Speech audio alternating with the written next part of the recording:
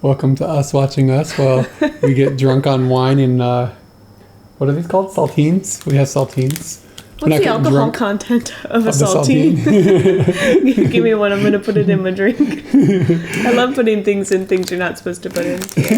What's the last one? Us Watching Us is a series of live streams that we do that turn into videos on YouTube where Katie puts saltines in her wine and we watch videos we watch videos of ourselves from like a decade ago, 2010, where we were traveling around the world.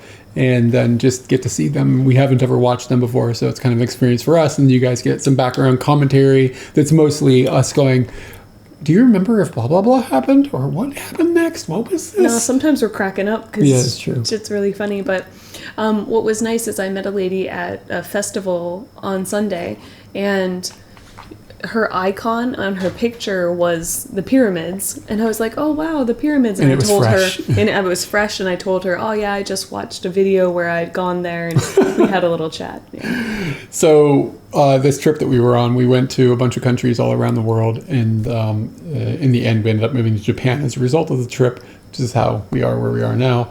And which is in Japan. We are, yeah, and the country that we're going to be watching us tonight in is Egypt, and it is the third Us Watching Us episode of Egypt. We did Alexandria, then Cairo with the pyramids, and now we're going down south to Luxor. And I need to plug in the headphone thing. We forget this like every week. I don't forget it. It's not my job. Excuse me? What did you say? I said, I don't forget it. It's not my job. You said you would do the audio. You said you would do headphone stuff. No. Yeah. Never happened. It might be my job. And let me get a map up and we'll make this make a little more sense geographically. Safari.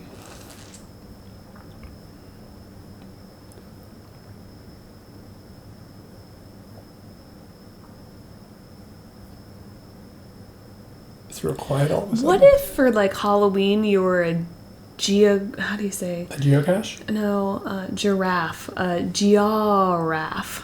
Where it was like mixing geography and giraffe together, a geograph. And like you had the body, and your body was all just a map of some place.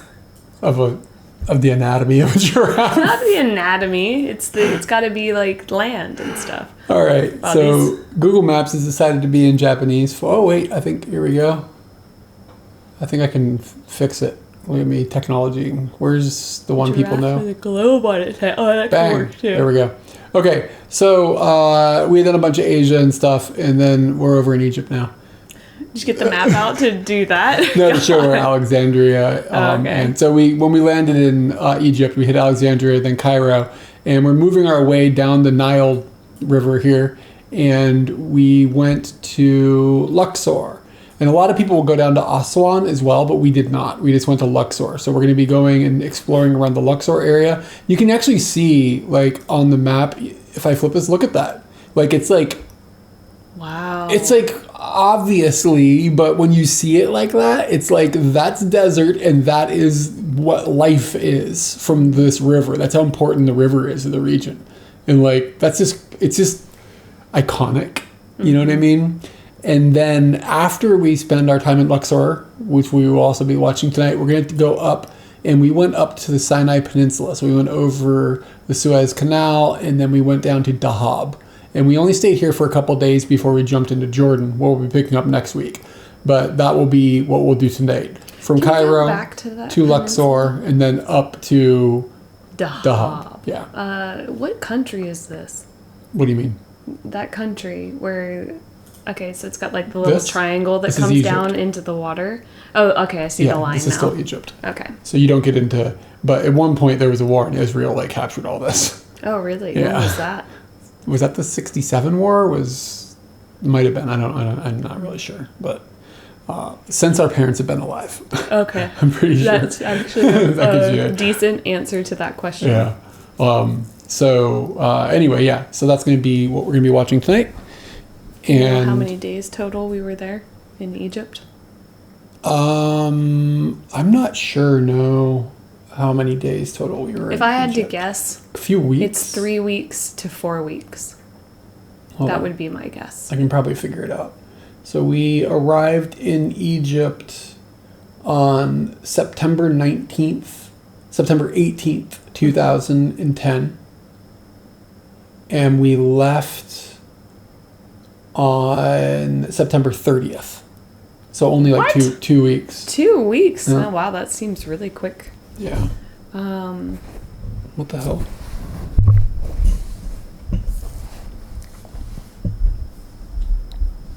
Wow, this is a mess down here. Trying to do this without bonking into everything. What the fuck? This cable was like under the mic stand. This mic stand weighs like 1,000 pounds, so a cable got stuck under it. Anyway, okay, let's get into the first episode. And if I can get a bonk from folks, that would be great. Nope, you don't have a bonk. We have a bonk in a weird place.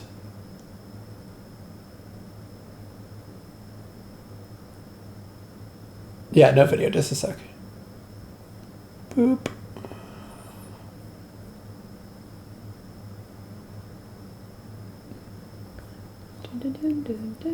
Okay.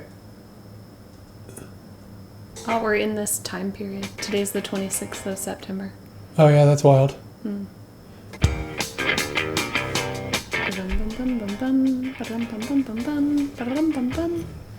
After our visit to Cairo, we traveled 400 miles down the Nile on an overnight bus to Luxor, the home Oh, of that sounds dreamy. and queens.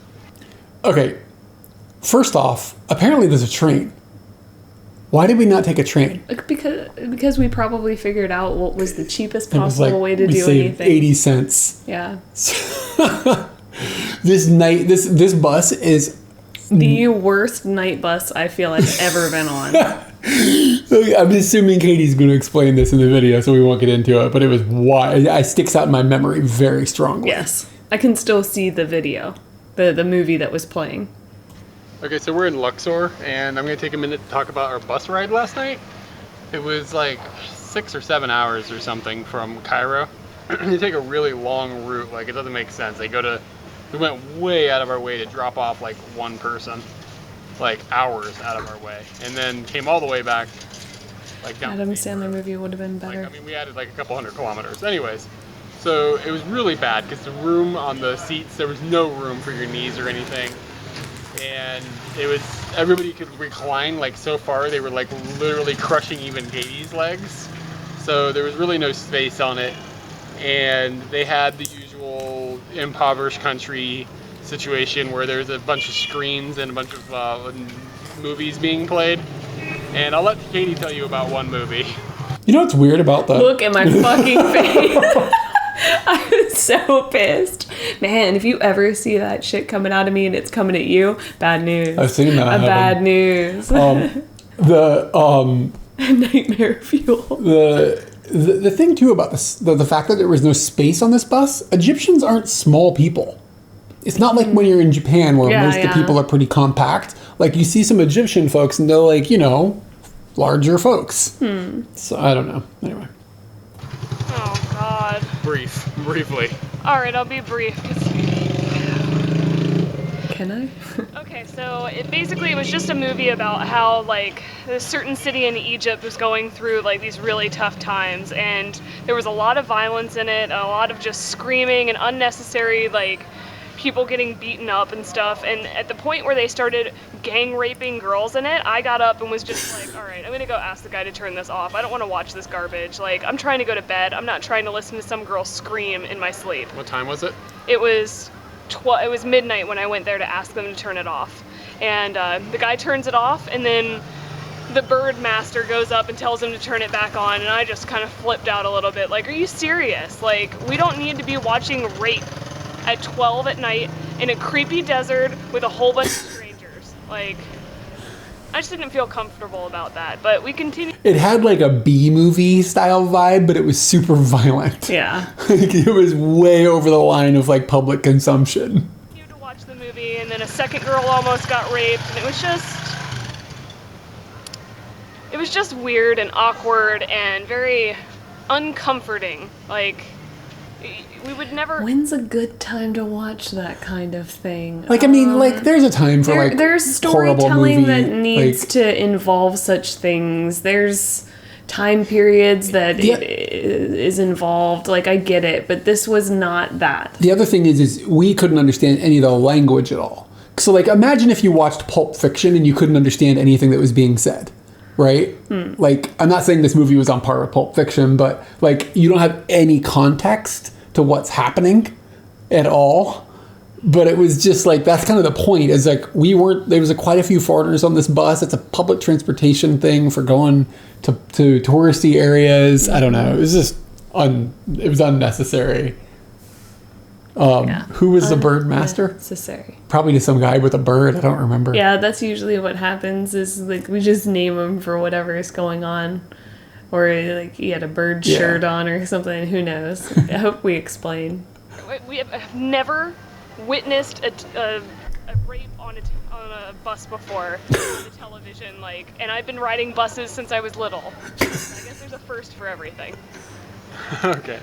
And then later in the bus ride, while Katie was asleep, I slept through all of the feature films, sort of. And then later, while Katie was asleep, the bus, like, the people in the front, like, start pushing each other around and yelling, and there's some smacking of the face going along, and somebody stands up and tries to stop it and gets pushed into the bus driver. The bus driver swerves a little bit, pulls over to the side of the road, opens the door, and these guys kind of, like, roll out the door onto the road, punching each other and, like, rolling around, hitting each other like it was a fist fight. And they stood up, and the whole bus got up and looked outside and watched these guys fight. And then eventually they all got back on the bus, and there was a lot of yelling and shouting going on. Something about money, but I'm not clear on what.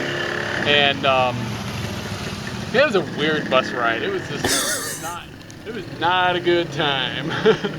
Rapes and fistfights. That's what it's like in Egypt. I remember these guys, and it was like a cartoon. It was like just some guys that, like, rolled out on the street and beat each other up, and then they came back on the bus and sat next to each other. Like what the fuck is going on? They got in a fist fight. It wasn't just like a little shoving thing. They were beating each other. What a friendship. The bus. I never had a friendship like that. The bus that we ended up taking back up had guys screaming at each other for hours on it, I remember.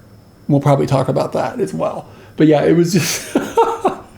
They're passionate people. Yeah, I guess. It was wild. So much passion. I wish we'd taken the train. But on the other hand, the story is pretty good. Yeah.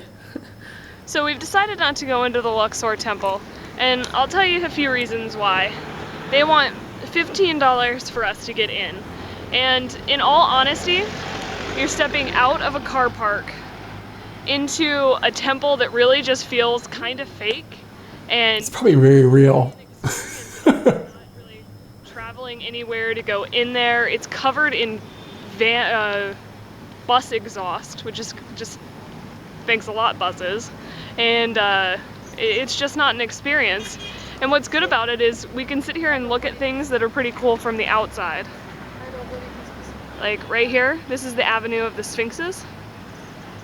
And they go from all the way over there, all the way down there. And I think we're being touted right now. That's kind of weird. This guy. Feeling to be touted. Number 5 Egyptian. Okay, number 5. Okay, madam. Okay, number 5 Egyptian book. Yes, he is touching me. Okay. Some people may not know exactly what touting is. Touting is when a person approaches you with the sole intention of selling a product or service. Egypt's dominated by tourism, and Luxor is overrun by touts. As you can see in this video, people will latch onto you and walk with you for minutes or miles. You never know when, where, or how long you will contract a tout, and it can be enraging when all you want to do is talk to your friend or figure out where you're going without interference. Having been through this situation hundreds of times, Eric and I started trying to figure out how to relieve ourselves, whether it be through humor or managing to trick the tout into leaving us alone. Sometimes these things work, but other times you're tired, hungry, or the tout is extremely extremely persistent, and you have to break down and be flat out rude. You give me 20 rupees. 20 pieces. 20 rupees. So I'm trying to sell him chopsticks out of my bag. Still happening. Guy, we don't want them.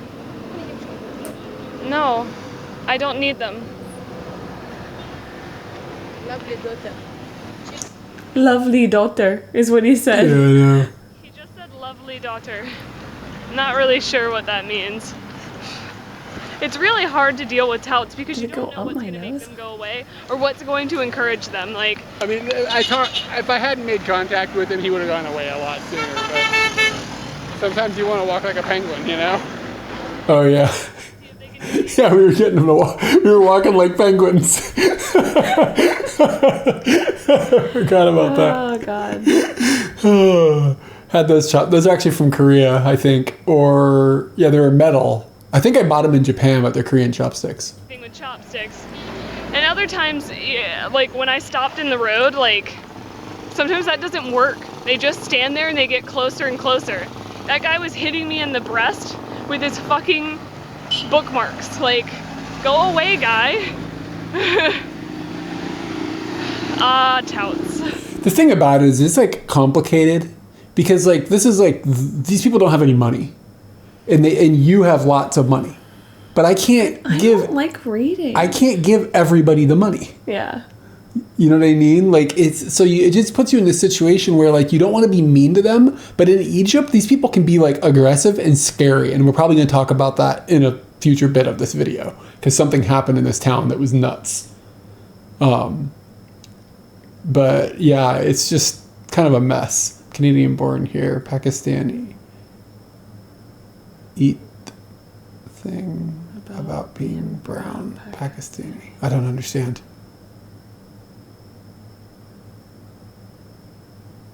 Oh, they leave you alone? Yeah, it depends on where we go. Like, it depends on where we go. But Egypt is, like, kind of notorious for just these types of folks just being, like, unbearable. So you don't necessarily have to go into the temple to really understand and feel what it is. Like, I can stand here for free, or I could pay $15 to go stand a little. Was Egypt the worst country for... I think Egypt was the worst. Oh, for touts, yeah.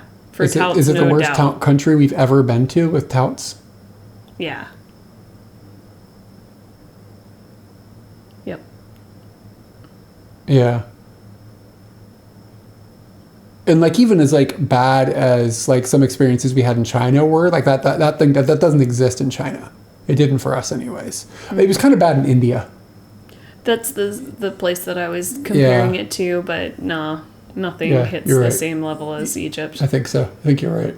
Shinjuku's that's nothing. That's a cake. That's nothing compared But to then Egypt. again, I'm a female, so I don't really have to worry about a lot or like think about some of the things that are going down there. But yeah,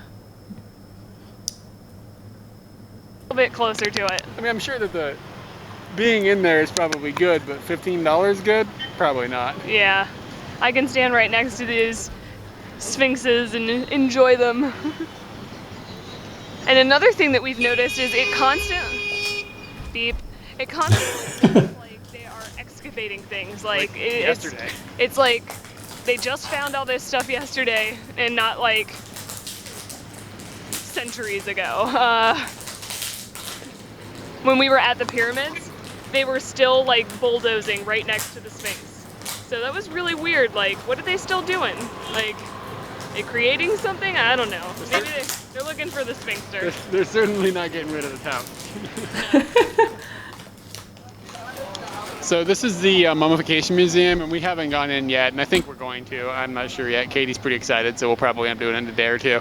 But About how things are $15 and they're not worth it. Well, for us to get in, it's going to be $15. so basically, this is $10, and this is $5 when it's translated. But then if you come over here and look at it in Arabic, this is $2 or 2 pounds, Yeah. and this is 1 pound. So this is about 30 cents and that is 60 cents. So 60 cents, $10. The markup on the Westerner is atrocious. We're gonna go see if we can get Eric a fake student ID. Everybody keeps telling me I look Egyptian. Maybe I can just slide in under the radar. Okay, so we just went in this place that Lonely Planet recommended, and it's funny because we've never really, it's very rare to have a good experience with a Lonely Planet recommended restaurant. And before we went, we looked in the book and was like, okay, what I'm looking for is we want this place to just relax, have a fruit juice, have a shisha, and just hang out for a little bit. So before we headed this way, I was like, okay, Katie, we found on the map, what's gonna be wrong with this place? Is it not gonna exist? Is the price gonna be ridiculous? What's the mystery? So we come to this place and it's kind of like this like snotty, normal place that Lonely Planet would recommend. And we go upstairs and it's empty. Like there are literally 4 people, and how many people do you think they could seat? 30 or 40 seats, and there's literally 4 humans up there. Hello. And the guy goes, "Do you have a reservation?" And we were like, "No." And he's like, "Well, next time you need a reservation." And we were like, "Okay." So we sat down, and he gives us the menu, and we end up just getting a shisha, a dish for me for dinner, a guava juice, and a large water. Thanks, Heather. Everything is Hiya. massively overpriced, 2 or 3 times the price of what you would pay any place else. And in the end, we were going to spend $7, $8. about $7 or $8, which is like a ridiculous amount of money for food in Egypt. And the dude is just like, "Is that it?" And we were like, "Yeah, that's it." And he's like, "Well, you have 30 minutes. So we were just like, "Okay," and we just left. I mean, screw that guy. This is really remarkable how awful the service here is. I don't remember this at all. I don't remember this either. at all. Like, it's not in my mind anymore. Like, what a dick. So that is where the strike in this place is. It exists. The prices are pretty expensive but reasonable, but the people are assholes. So we're at a temple, I guess is what it would be Is called. that a mock-up? Right outside of Luxor, and it is one of the largest, if not the largest, religious monument in the world. And it was built by like a whole bunch of people. It's pharaohs type stuff, like 3,000-4,000 years ago, from what I can recollect. Man, they loved building. And, we're gonna go check it out, and this is the miniature of it. So if the miniature is this big, can you imagine how big the real thing is? It's gonna be pretty intense. It's rocket. Instead of cat sphinx, these are Rams. Really cool. This I remember. I can't believe I'm not playing Mario music. Ding. And there's tons of them in this row. Rams are awesome. This dog's found the one spot that you can truly, truly be happy here in Egypt when it's almost noon. The pillars that you see here are called pylons, and I love measuring things in erics. So Yeah, look how big they are. That's. 10.5 erics tall. I said this was like 3,000 or 4,000 years old. Did I just? Am I right about that? Is that possible that that's this old? And they just have inscription all over them.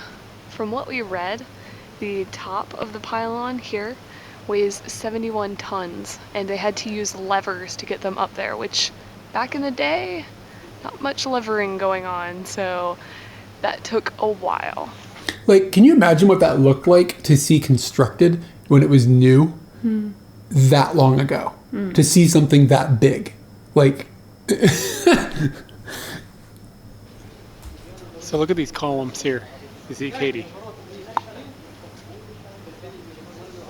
Look how massive they are. And then, I mean, at first you're just like, okay, this is this really cool, like, straight corridor. But if you come in and you look, it just goes, like, there's lots of them, there's hundreds of them. 134. I read the sign. Katie is an archaeologist. And look, I mean, there's hieroglyphics on these. I mean, like real hieroglyphics, like that was put there by a guy thousands of years ago. It's pretty fascinating. I am by no means a historian or super interested in this time period, but it is pretty amazing and awe-inspiring to be standing right next to something like this. And they are just so big. It's really neat. So I know I've talked about touts a lot. This is new. This guy is a guard, like an official guard for this place. As in, he has a machine gun.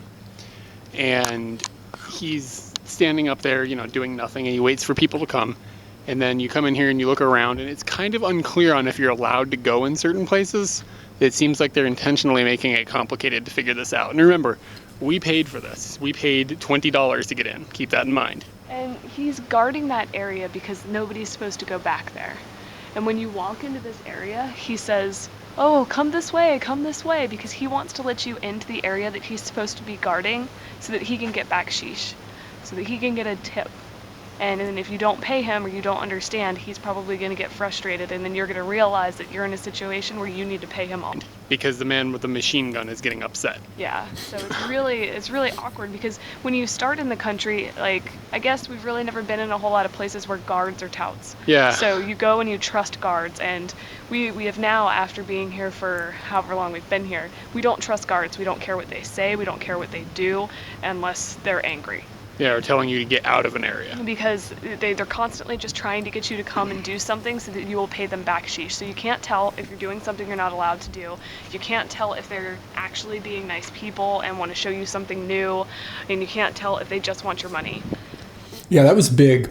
That was a big thing. Like, feeling like you couldn't trust anyone. Of course, there are people in Egypt who are like nice, normal people. But you could, if they came up to you and they're like, "Hey, can I show you a thing?" You just have to say no. Because the well has been poisoned by the repetitive number of people trying to steal from you, that everybody has to be a suspect. So you just can't trust anybody. So it just that ruins your access to actually like meeting good people while you're there. It sucks. Like, it really sucks. JB, hey, thank you. Here's your squonk. Guards are supposed to like guard you or guard the artifact, not just look for the loophole for money. So it's really awkward. Feels like we're back at home. Probably around 25 meters, but it really is giving you the feeling that you're in Washington next to the monument. So we started our time here in Karnak during lunchtime. You see this huge crowd of people? There's like 14 more of them inside. Look at all the buses. And then there's tons of buses. There were no buses in this parking lot when we got here. We were alone. And there are tons and tons of people now. We had very good timing because I really think that the temples of Karnak are best ingested when you have a little bit of solitude and you can wander around. You don't have to try and wait to take a picture of something or wait for a crowd to move out of a doorway or whatever. That's probably true of everywhere. Lots of people make things suck. We think that Egypt has been by far the most touristy place we've ever been on, we've been on this trip. Touristy Lots. and The touting. number of tourists is it's just insane. But we don't see most of them during we use local transport. All these people are using like package tour transport, so we never see any of these people aside from when you come to places like this. So Yeah. it really isn't that detrimental. You don't see them at any restaurants. You don't see them anything. This guy wants to I said, this guy wants a blah, blah, blah, blah. We were getting it's a touted. tout. Yeah. From what we can tell, they just kind of sit around and do nothing.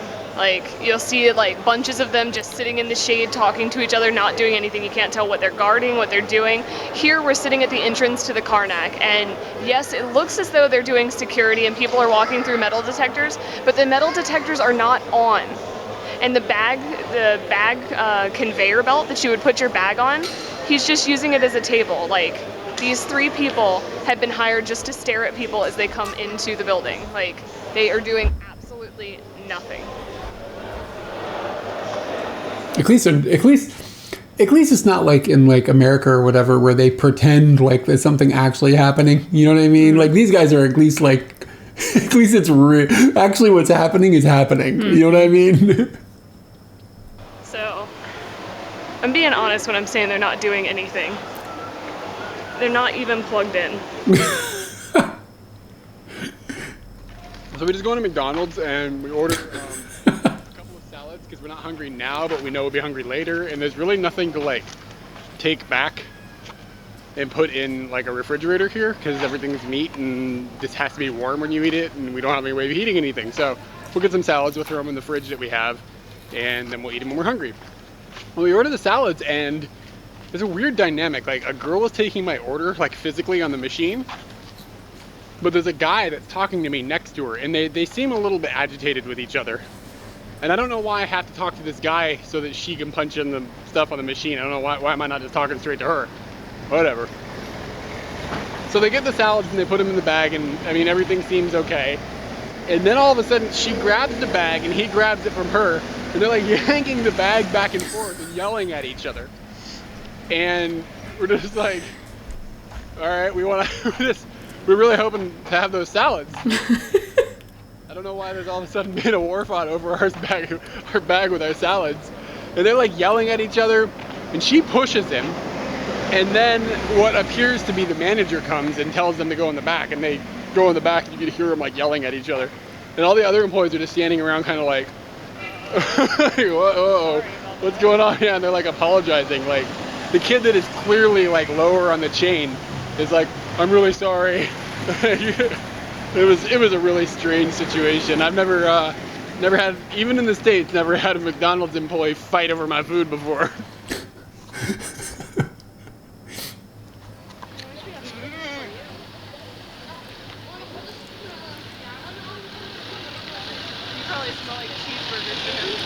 He's probably smell like cheeseburgers to him, is what you said. Wow. Looks like he's in the high place. This is good. Yeah, this is pretty quality.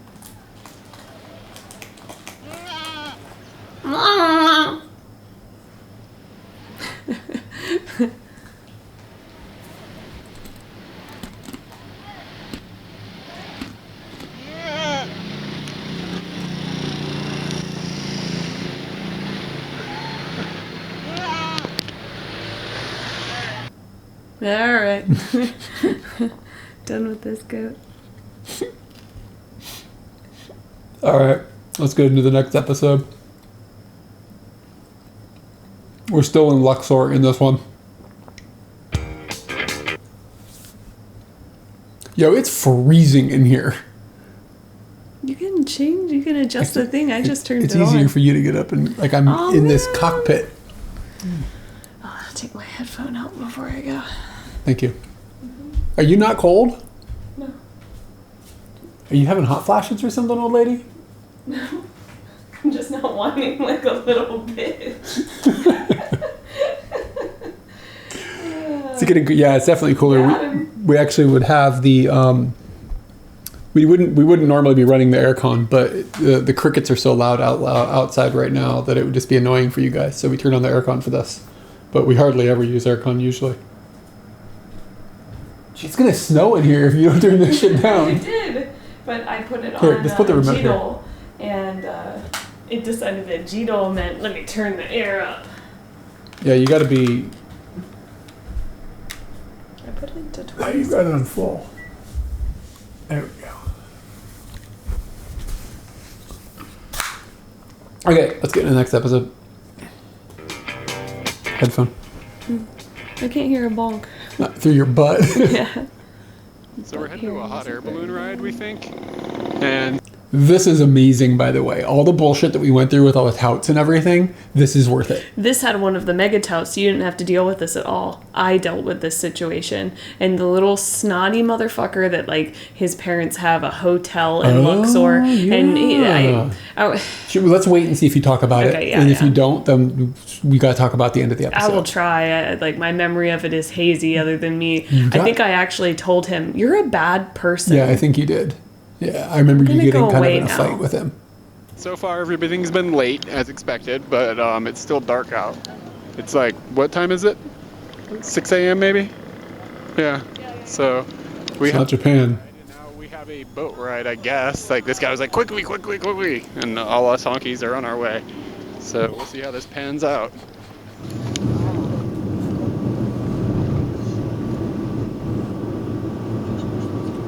I feel like somebody told us about this, and that's why we went down Yes, there. it was a Isaac? guy in, no. It It was a pretentious man that we ended up going to dinner with. He might have been friends with the first couch surfing thing we did with the people we thought were swingers. It wasn't when we were in Egypt. You're thinking of Myanmar. Those are the people we thought were swingers. No, these are... You think Jim and Nadia were swingers? No. That was the first this couch surfing. This was a different couch surfing. At this stage, we'd only couch surfed twice in our life. With Jim and Nadia, and then with Marcel and his family. Then that guy didn't have anything to do with the couch surfers, but we talked to him on a bus, and he told us about this experience. Yeah, okay. And that it was really, really good. And we didn't know if we could trust him because we got weird vibes from dude. But he was right. Yeah. And I think the weird vibes was just like somebody talking to you like everything they've ever done is better than anything you've ever done. That was the vibe of the conversation that we had. I don't remember him at all. So I just knew that I just remembered that somebody had told us about this.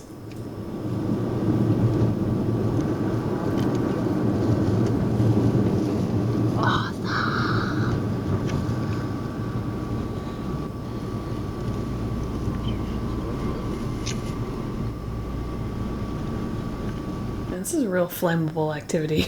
Yeah, it is.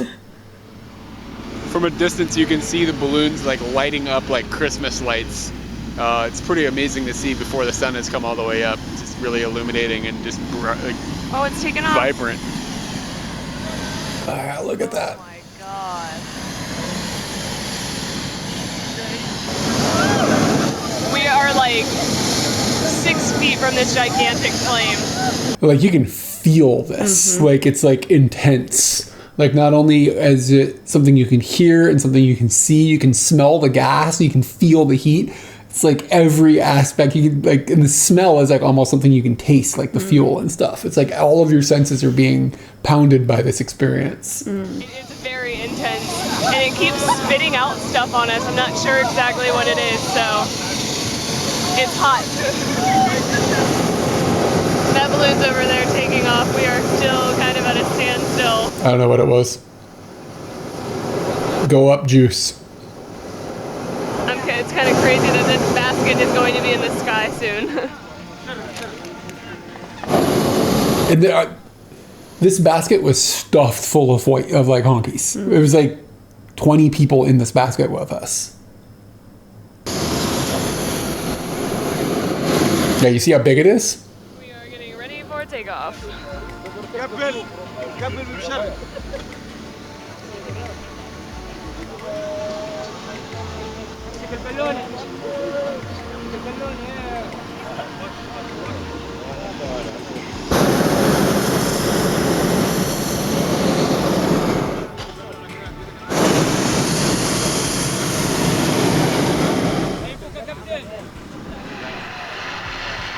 Pre-inflation tactics.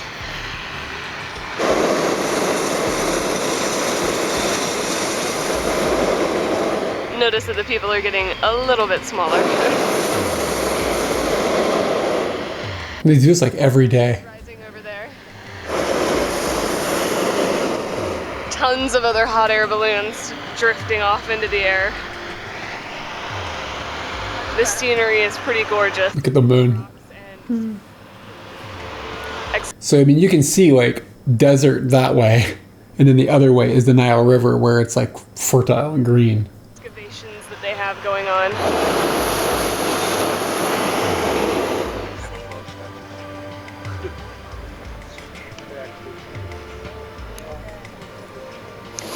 So this is where we started, and over here is the Valley of the Kings and the Valley of the Queens.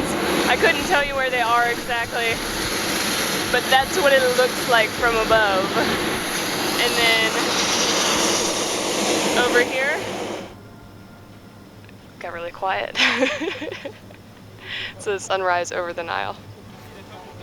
And that's the thing too. It's like violence with all that fire, and then serenity. And then he turns. It's not just running all the time. Like he turns it on and off, is like to keep you in a area, right?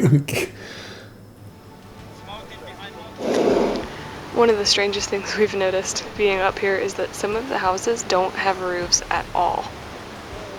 You can just see straight into the house, and I mean, How are you staying out of the sun?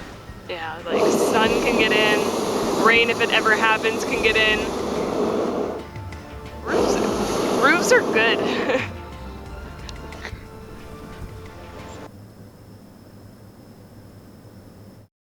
We had more technical problems, so we're back now.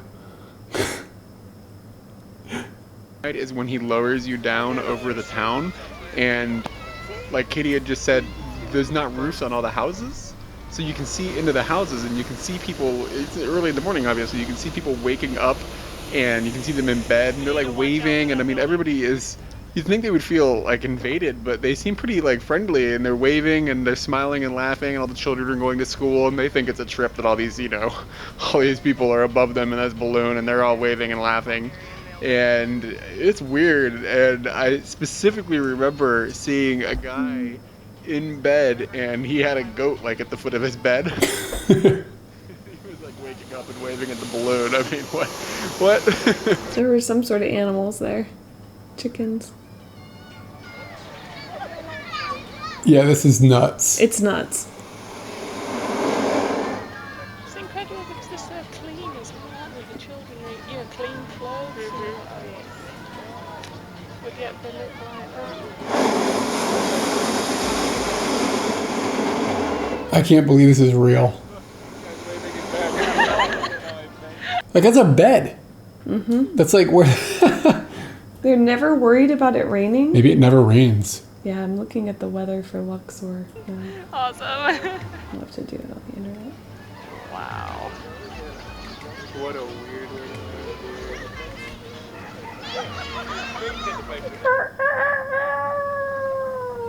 to Excessive heat.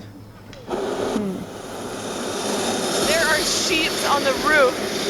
Oh my gosh. Next to the bed. Next to the bed. Yeah, those are sheep. Wow. And those are like ducks back there, like walking around.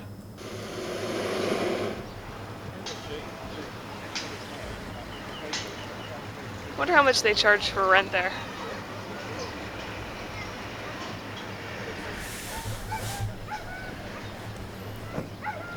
Well, that was Different. one of the most interesting things I think we've done on the entire trip. Landing. Was just told they get taxed on complete houses, and not having a roof makes it a complete. Ah, hey, that would make sense. Did she go on the same thing? Did she do this thing?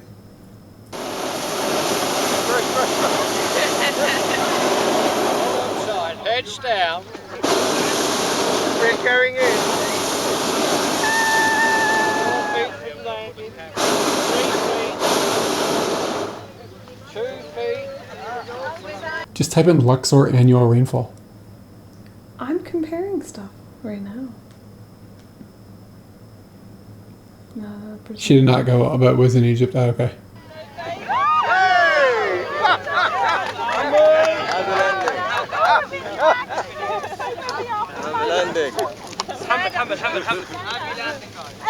And this is the aftermath. Everyone standing on a dirt road next to a farm with a giant balloon behind them.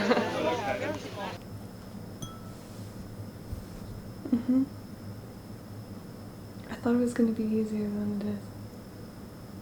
Alright, so Tokyo's annual rainfall is 63 inches. And Luxor's is 0.0 inches. So it doesn't rain there. Apparently. It basically doesn't rain. Yeah. Okay, that makes sense. Oh, good evening. The average annual temperature is 25 Celsius. It said 77, and I saw the sea, even though the sea was in front of it. It's not I was 77 like, damn, Celsius. they're living on the sun. Okay, so this is sort of like the hallway of where we are staying and doing laundry right now. Do you remember the washing machine? Kind of, yeah. It's two separate things. So let's get down there and I'll show you what's up.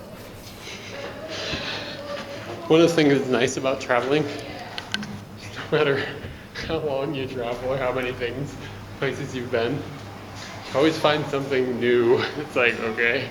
So this is the laundry. And we came down here and we had to get help because they pointed at this.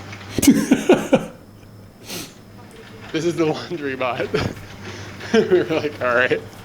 So she comes in and she gets this hose from over here. And she just fills this thing up with water. And then she fills this little pan with water. And then she looks at us like we're stupid. And she's like, put the clothes in it. And we were like, okay. So we put our, yeah, she put a lot of detergent, like 5 loads worth of detergent into this thing. And then we poured our clothes in and then she plugged it in. And then she walked off all the while talking on her cell phone. Somebody asked. And Yeah, let's touch it. You might talk about it later in the video. So this doesn't get redundant. Let's just finish the video and see what you say. we're not sure what the next step is. I'm sure rinsing is, and I'm sure this has something to do with it. But I've never in my life seen a washing machine that looked like a bucket. Such a... Yeah. It's like that she sees me just staring at it, looking like a buffoon.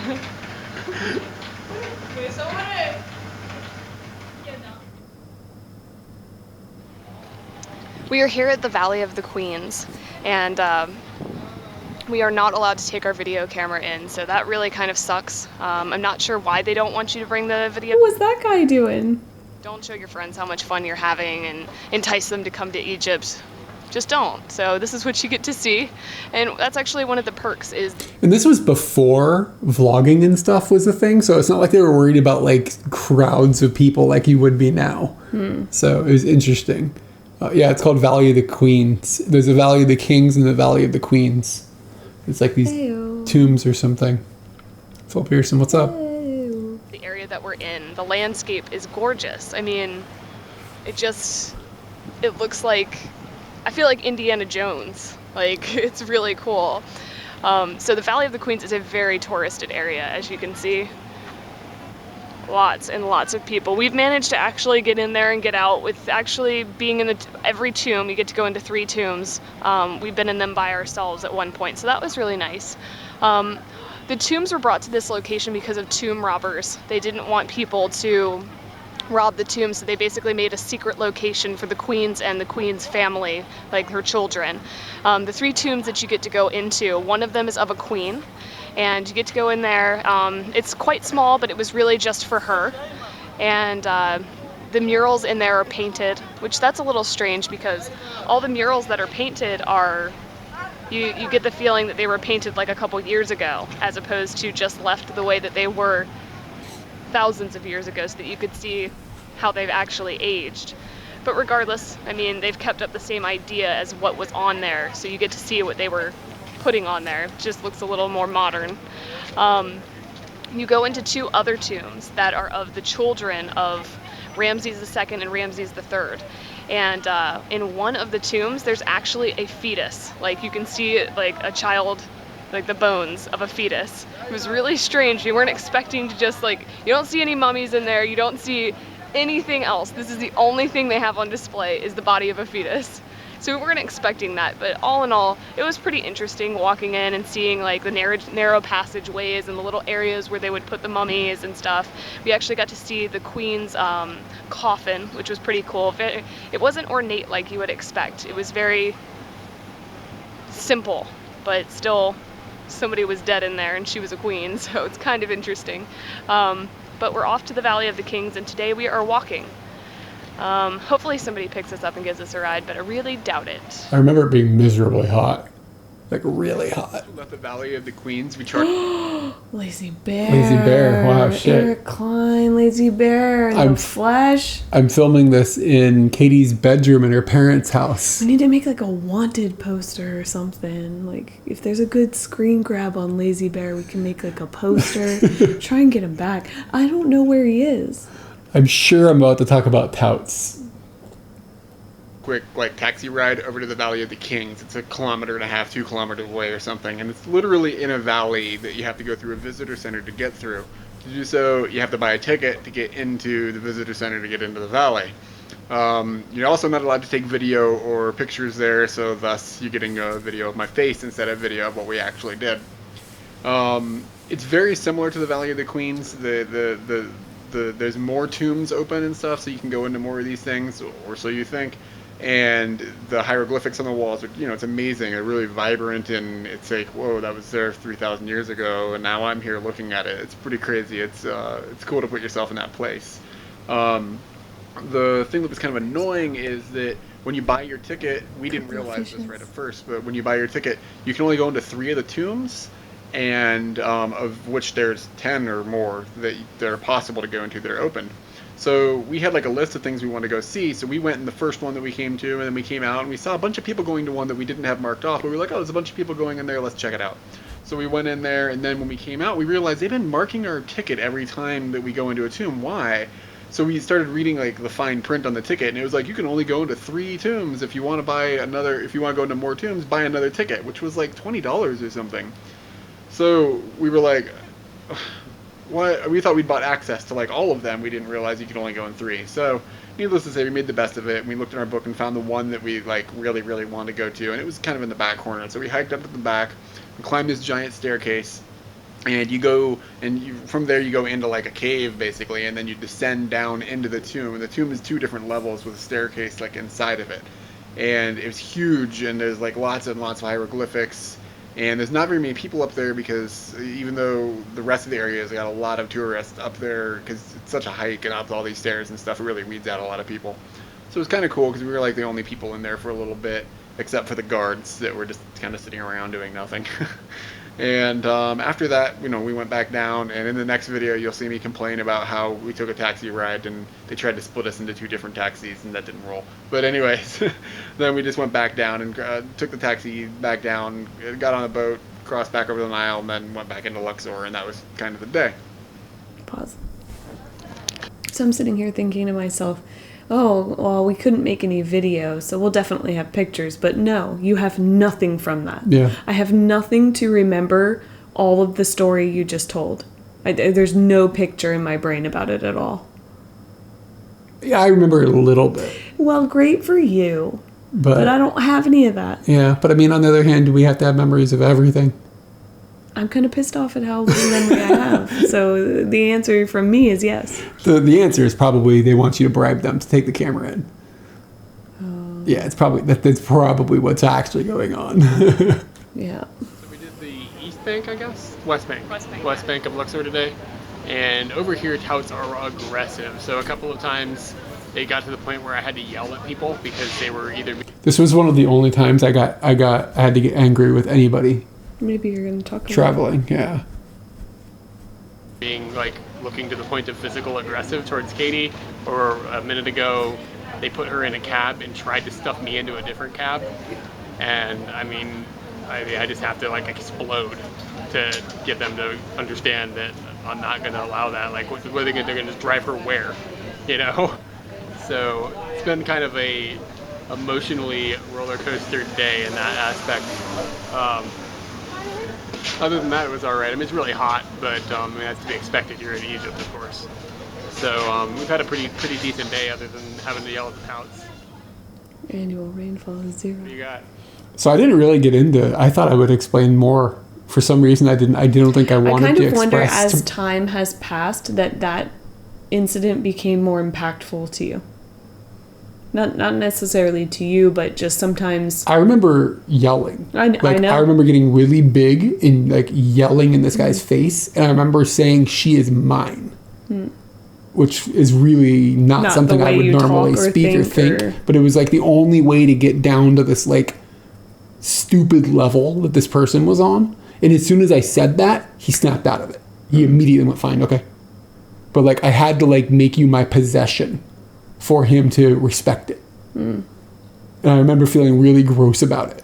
Maybe that's probably why. Maybe that's why I didn't mention it. Maybe at that moment I was still feeling like, ugh.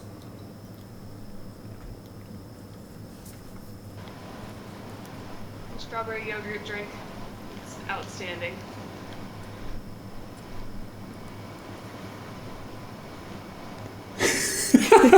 Snack's in the chat. Ah, snack. Python.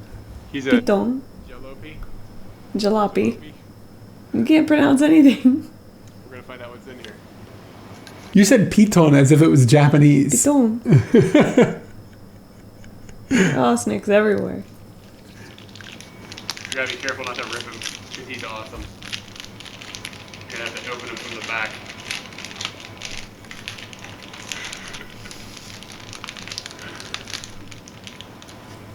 Oh. Is it just a jelly snake? Yeah, that is. Is it good? I hate those things. Snake for real at one point.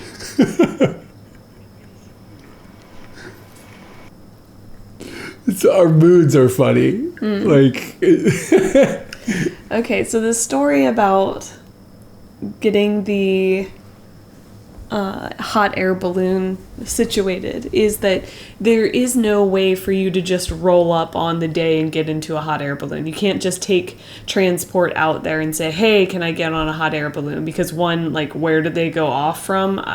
You do a lot of research to try and figure that out, and then trying to get someone to take you there would be very difficult. So you either go through a package tour or you go through your hotel. I went to the hotel, I started talking to them, and like the son of the hotel owners, he's like a younger guy. He's like He was- 20s or something. Maybe. I feel like he was younger than I was at the time. Yeah. And he became my liaison for this situation. And I don't know why, but for some reason we had like 3 or 4 instances where we hung out. Like, I was just sitting in the somewhere, and he came and talked to me, and we would talk for like an hour or something like that. This was unusual. I didn't spend time with anybody else like this. But he's at the hotel, I'm at the hotel. It wasn't strange in the fact that it was happening. It was just strange that it didn't happen other times. Sure. So, to make the story short, we had a bunch of interactions. I was planning through him to go on this hot air balloon ride. And at some point, he told me, like, it was the day before we were supposed to go on the hot air balloon thing, he wanted to get leverage in some sort of conversation that we were having. And he was just like, well, what if I just take away your hot air balloon? What the fuck does that even mean? And I think at the time, I was just like, that's fucked up. And our conversations continued probably, but I remember distinctly saying to him at one point in time, you're a bad person and I never want to talk to you again. Please don't talk to me anymore. And I knew that was at the risk of whatever this hot air balloon thing was supposed to be between us and him and getting to the hot air balloon. But I told him to never speak to me again, and I went away from him. I feel like at some point you like caught him in a bunch of lies or something too. I also have this feeling that he was telling me like weird random sexual stories, like of him and girls and like trying to hang out with girls and stuff. I don't know. And after like the rape movie on the way down. So we got into this argument where I just told him, please never talk to me again. And that was the night before we were supposed to go on the hot air balloon. And he had already told me I could take that shit away from you, which is like, okay.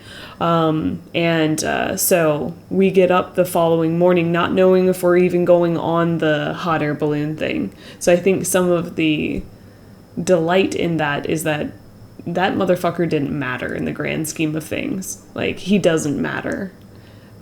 He says things and he holds things high and tries to puff out his chest, but it didn't matter. It was just another interaction with a person there that was terrible. We have one more episode. Yeah, he was not cool. And I deal with a lot of people that I would love to go, wow. I not a lot, but I've been gentle with people that I would like to rather say, maybe you could just go away forever. But this guy got the fucking raw deal. You should go away forever. So this is, I'm sure we'll show on the map, but we go all the way up to the Sinai Peninsula and up towards Israel and Jordan on a bus for this episode. And this episode is a little shorter. This is the last episode of Egypt. What's up with the audio? After our What do you have? What's wrong with the audio? It seems like it's playing fine, but the audio track for the theme sounded weird. Is it possible your cable is like unplugged a little bit or something? I don't think so. I think it was just what you put into the video was weird. What? It sounded exactly the same as always. All You I'm have- getting is hi-hat. Yeah, left and right, baby. What? But I always listen to it with just the left. You do left ear, but which bud? Oh. Oh, it is always this one. Yeah, I like this one better. We can't hear the audio ducking, by the way. That's only something you guys can hear. Okay, do it. Much better.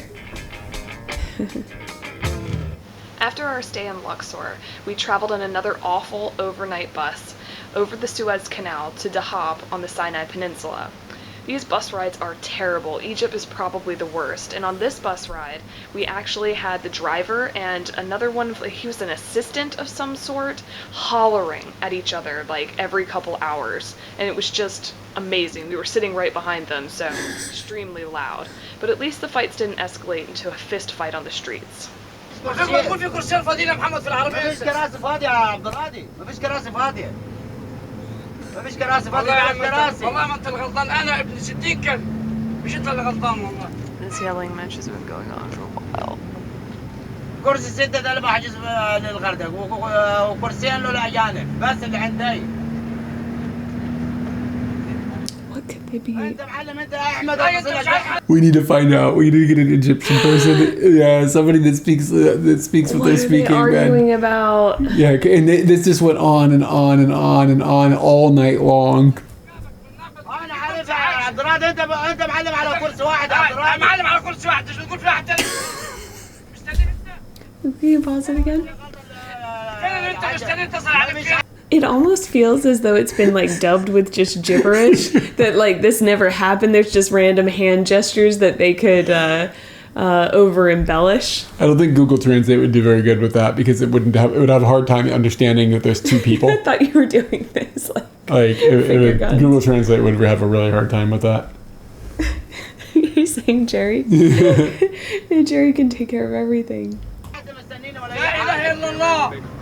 ما انت بتقول مستني واحد يا محمد. يابا ما هو الكرسي اللي كان يرن عليه الراجل. Anyway, it just went on for ages. We have survived another overnight bus trip. Well, I mean, it's not over yet, but we didn't end up in a fist fight or I don't know. Right now, I am watching the sun. It's just so funny how we're just like, yeah, this is just something happens. You Like, just got to deal with it. yeah, it's like the ridiculousness of the world at this point. We're just so used to it. Over the desert out my window, which is pretty cool. And on the other side of the bus, which is not very visible at the moment, is the Red Sea. It's been a very long night. I think we still have maybe 3 hours on the ride. There's been a lot of yelling on this ride, but surprisingly, after about 12 o'clock, everything got quiet. The music was turned off, the movies were off, and the yelling managed to only happen every so often. So it's actually been a good ride. The only thing that sucked is that these seats are nowhere near comfortable. I ended up like sitting on the floor, putting my head on the seat, like to actually sleep for maybe the half an hour that I've slept. And Eric's been slumped over. It's really uncomfortable. Was I asleep? But that's an overnight. I didn't see. Was I asleep? You were somewhere in the middle. You're not going to be sleeping. At least not on ones that are in Egypt, that's for sure. So here's hoping the next 3 hours go well. I have to pee like nobody's business. We landed here in Dahab after our extremely long and annoying bus ride.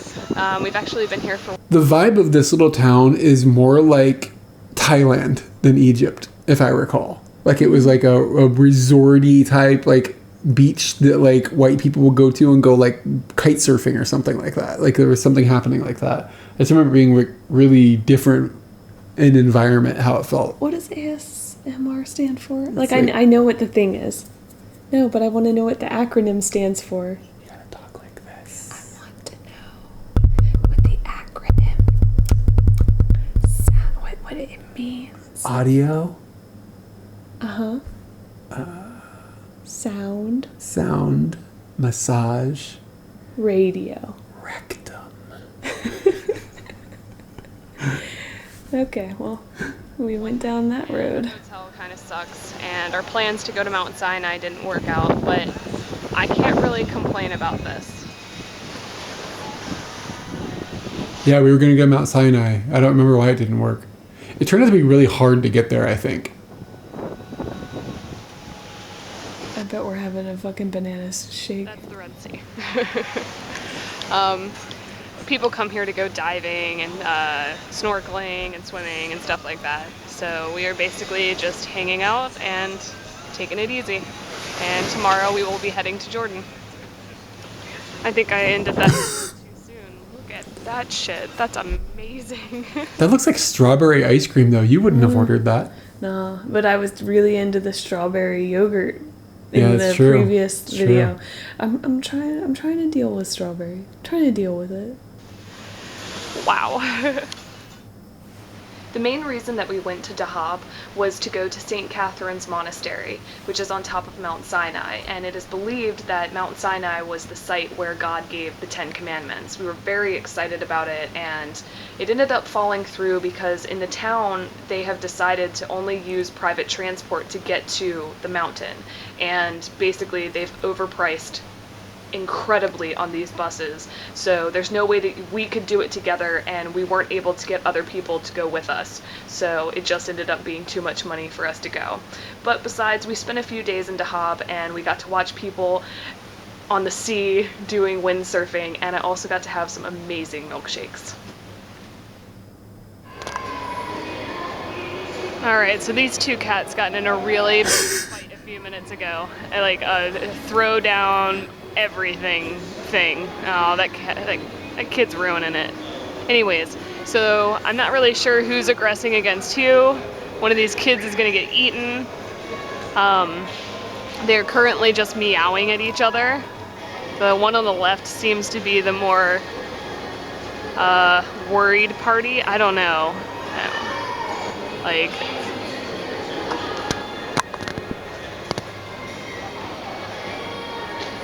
the cat on the right seems to be, well, the cat on the right's laying down now. They just threw a kitten into the mix. These people are idiots. We're currently at the Nueva Egypt ferry terminal, and we've been here for like 2 hours, and our ferry doesn't leave for like another half an hour, so had to go to the bathroom, so I decided to come in here, and I realized that there was a Western toilet, and I was excited about it. Oh, I get to sit down while I pee. As you can hear, the toilet water is just running, which is always a bad sign, meaning that you can't flush the toilets. It's probably pretty nasty. And I went in there, the toilet seat looks really messed up. I should say that I didn't go in there because something stopped me. Oh, that's a turd. Someone missed the toilet. There's a lot of cats here, but I would have to say that that's definitely human due to the size. You're a big cat. Only thing. Let me just move a few feet to the right. This has happened twice, and somebody stepped in it. It's just nasty. I'm ready to leave Egypt. Oh, I can't wait to use our toilet. I'm ready to leave Egypt. That's the last click of the video. Oh my god. Some people are like, how come you guys don't travel internationally that much anymore? It's just like, well, Japan's kind of nice. You know, it's not very often you find a rogue turd, and bus drivers don't get in fistfights rolling down the street.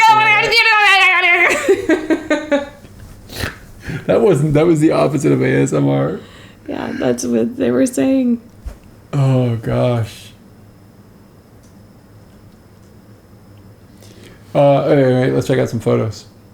This is just pictures of Luxor. Streetways. Yeah.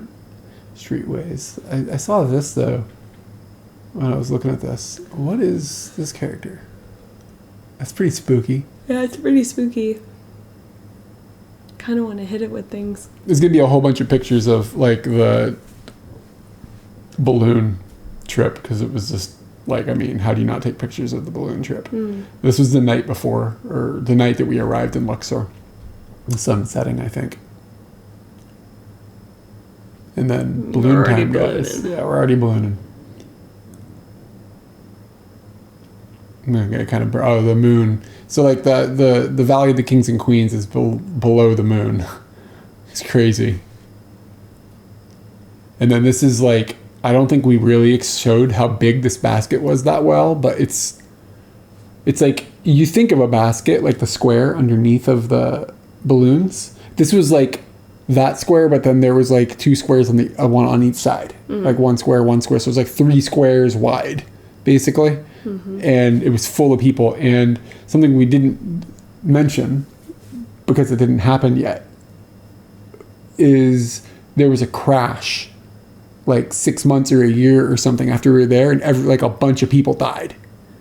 There was like some sort of problem. I didn't remember them dying. I remembered people getting hurt. I don't remember. Regardless, there was a crash. I'm pretty sure people died. You see this man in the blue shirt? Yeah. I'm trying to be him when I grow up. He looks happy and adventurous. He's got like the right hat on for the adventure. That's the guy. How low the sun is. I can't believe we said it was like 6 and it was still pitch black. It's like 4:30 the sun comes up here. Well, we're in the wrong time zone, as you've told me. That's a great picture. Like we're Thank in you. one of those. I took these pictures. I just feel weird. I don't have that chin there.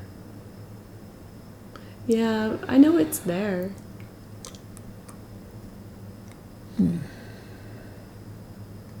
I do think yeah, it's basically lifting a minibus. Yeah.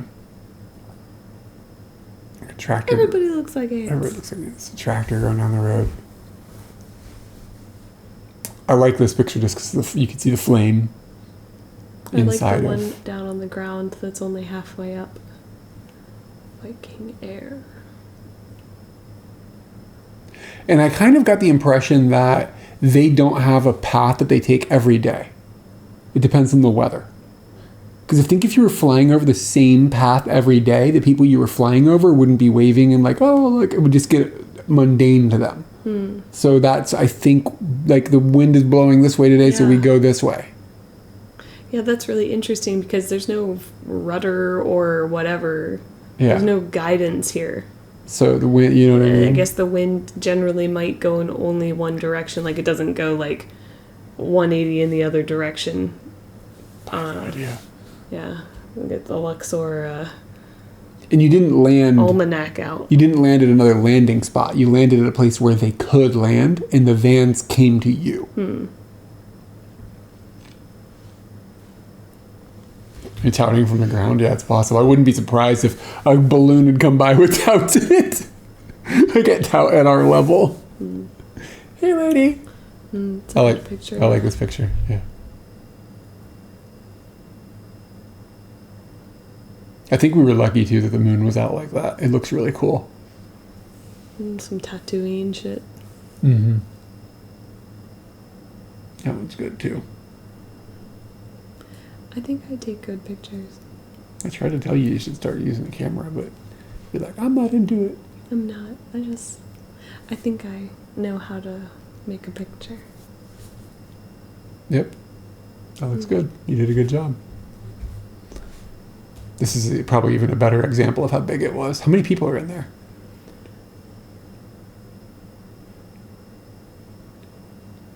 Probably 20. 20, 25, something like that.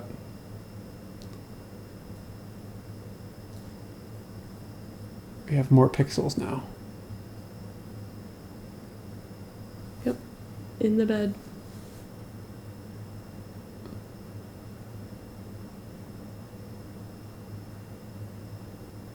It's crazy. It is. Like we did it, and it's been in my head for all these years, and I still think it's like, whoa.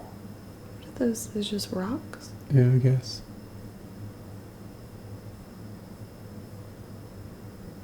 Everybody's looking up. She's waving. But you get the impression that, like, the touting people in Egypt are miserable, but the average people are fine. Like, the people... So these are, like, the normal people. You know, they don't have anything to do with the tourism industry. And they're, like, waving and smiling and laughing and stuff. Like a normal human being would.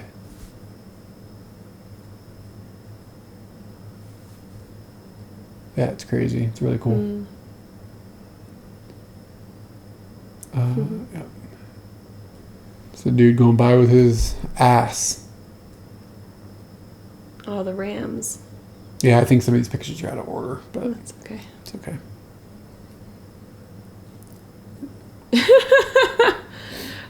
Finally get to see you not be able to reach up. This is like you walking through every door. Yeah, for real. That's some strong commitment, though, I was trying. to failure. Oh, that's cool. Like a zipper out of the wall. See me? Mm-hmm. Like, seriously. This isn't like Disneyland, you know what I mean? It's just real. It's kind of hard to believe. It is. It's really hard to believe. Yeah, agreed.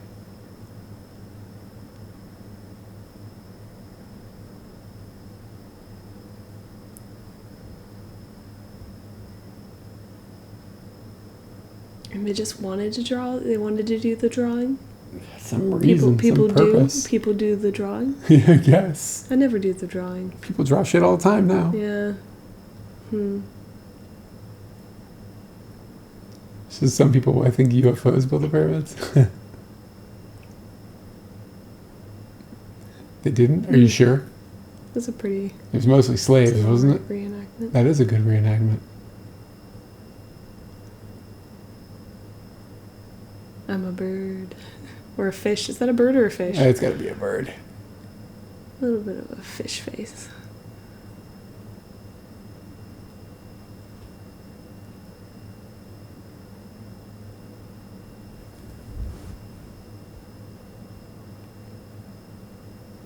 And there was a duck there. They just took Which the means duck, that they squished it in, and then they took it back out. I mean, they had those things. They had to have seen that before to have made one. Man, I mean, we have ducks those in things. the Ducks in the back in the day. in the mega long ago's.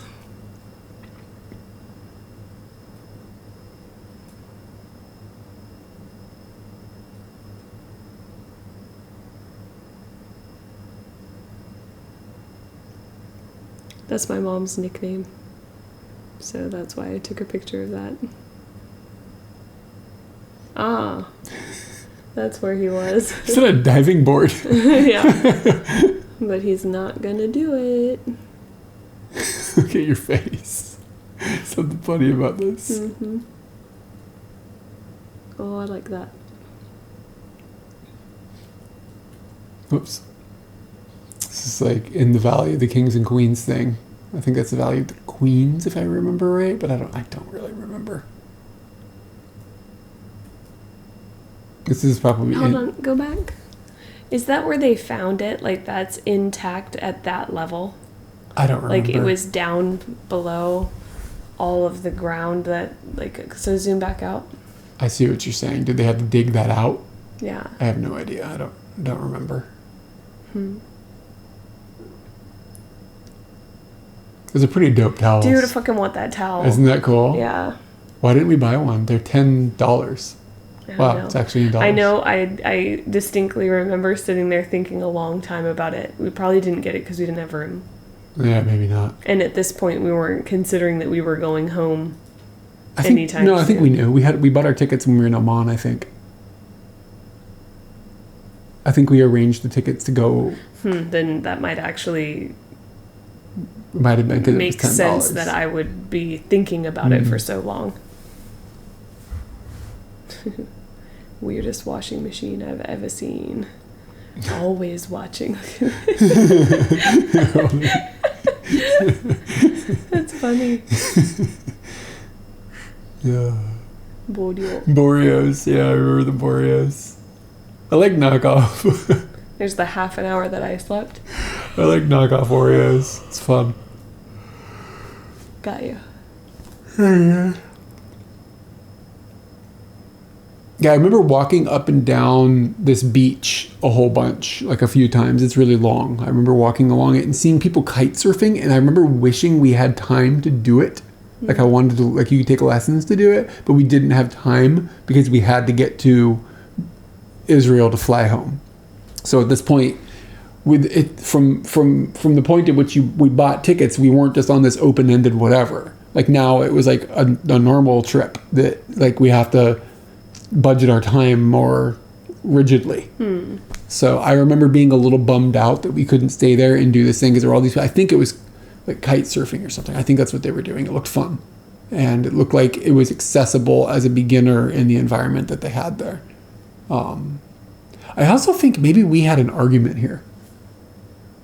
I remember being by myself here a little bit, which usually means, well, not always. On that trip, I think it meant that maybe we had an argument or something, but I don't remember what it was about. I don't recollect an argument here. Maybe we just went, I'll take a day I off. actively remembered one of our argument days during a trip just today. I don't know why it popped into my head, but when we were in England, we had like a really strong fight. So this day, this area, Yeah. I'm not really recollecting. It could just be that you something. were like, I'm just going to hang out, and I just went and walked around too. Maybe that's what I'm thinking. Nice kitty. It actually looks clean. You don't see that very often. Well, now we've got Inoshishi and Yeah, but there's not like a sign that's like it's not allowed. oh, true. It's like watch out for. Yeah. There's an article in the news, and they were talking The about last one. yeah. Apparently, this year had more like bear sightings around Sapporo than ever before. So they're like worried about like climate change driving the bears into the cities. All the surprises of fucking climate change. I'm really hungry, so I'm getting something to eat. There's some more crackers. I don't need a cracker. I'm going to eat some of this. What is it? It's the butternut squash that I made for you. So we're going to be picking up next week, and it will be from the country of Jordan, which is right next to Egypt. And after Jordan, we're going to be doing Israel, and then we went into the West Bank a little bit. So during those times, and then we're going to be flying back to America, and we'll probably watch the Going Across America stuff. So that's the agenda at this point. I have good memories of Jordan, or like a overall good feeling. Yeah. It was one of those times where we went from a country that was different. It was like when we went from China into Korea. And it was like, China was like, Jesus Christ, are we serious? Then we went to Korea, and like immediately it was like, oh, it's so nice here. Jordan was the other time during this trip where I remember being like, Egypt is just like grinding on us. And we went in, and the first person we interacted with in Jordan was amazing. And it completely flipped everything on its head, which is an interesting thing. You have to keep your head, like you have to remember to do this. You remember when you go into a new country, you got to be on guard because you can't be dangerously unaware of like what could happen to you. But you also can't put up too much guard because then you could come off weirdly aggressive or nasty to people. Like if you came from Egypt and came to Japan and treated people in Japan the way you would be like as the same way you had to act in Egypt, people in Japan would be like, this person's an asshole. Yeah. You know what I mean? Because you have to have like this aggressiveness to yourself when you're in Egypt. So you just have to like be aware of that. And it can happen even just transferring from one country over a border into another, and boom, everything changes. So, Crazy, man. Yeah, it is crazy. But anyway, I do remember that experience. So anyway, we'll catch up with all of that next week.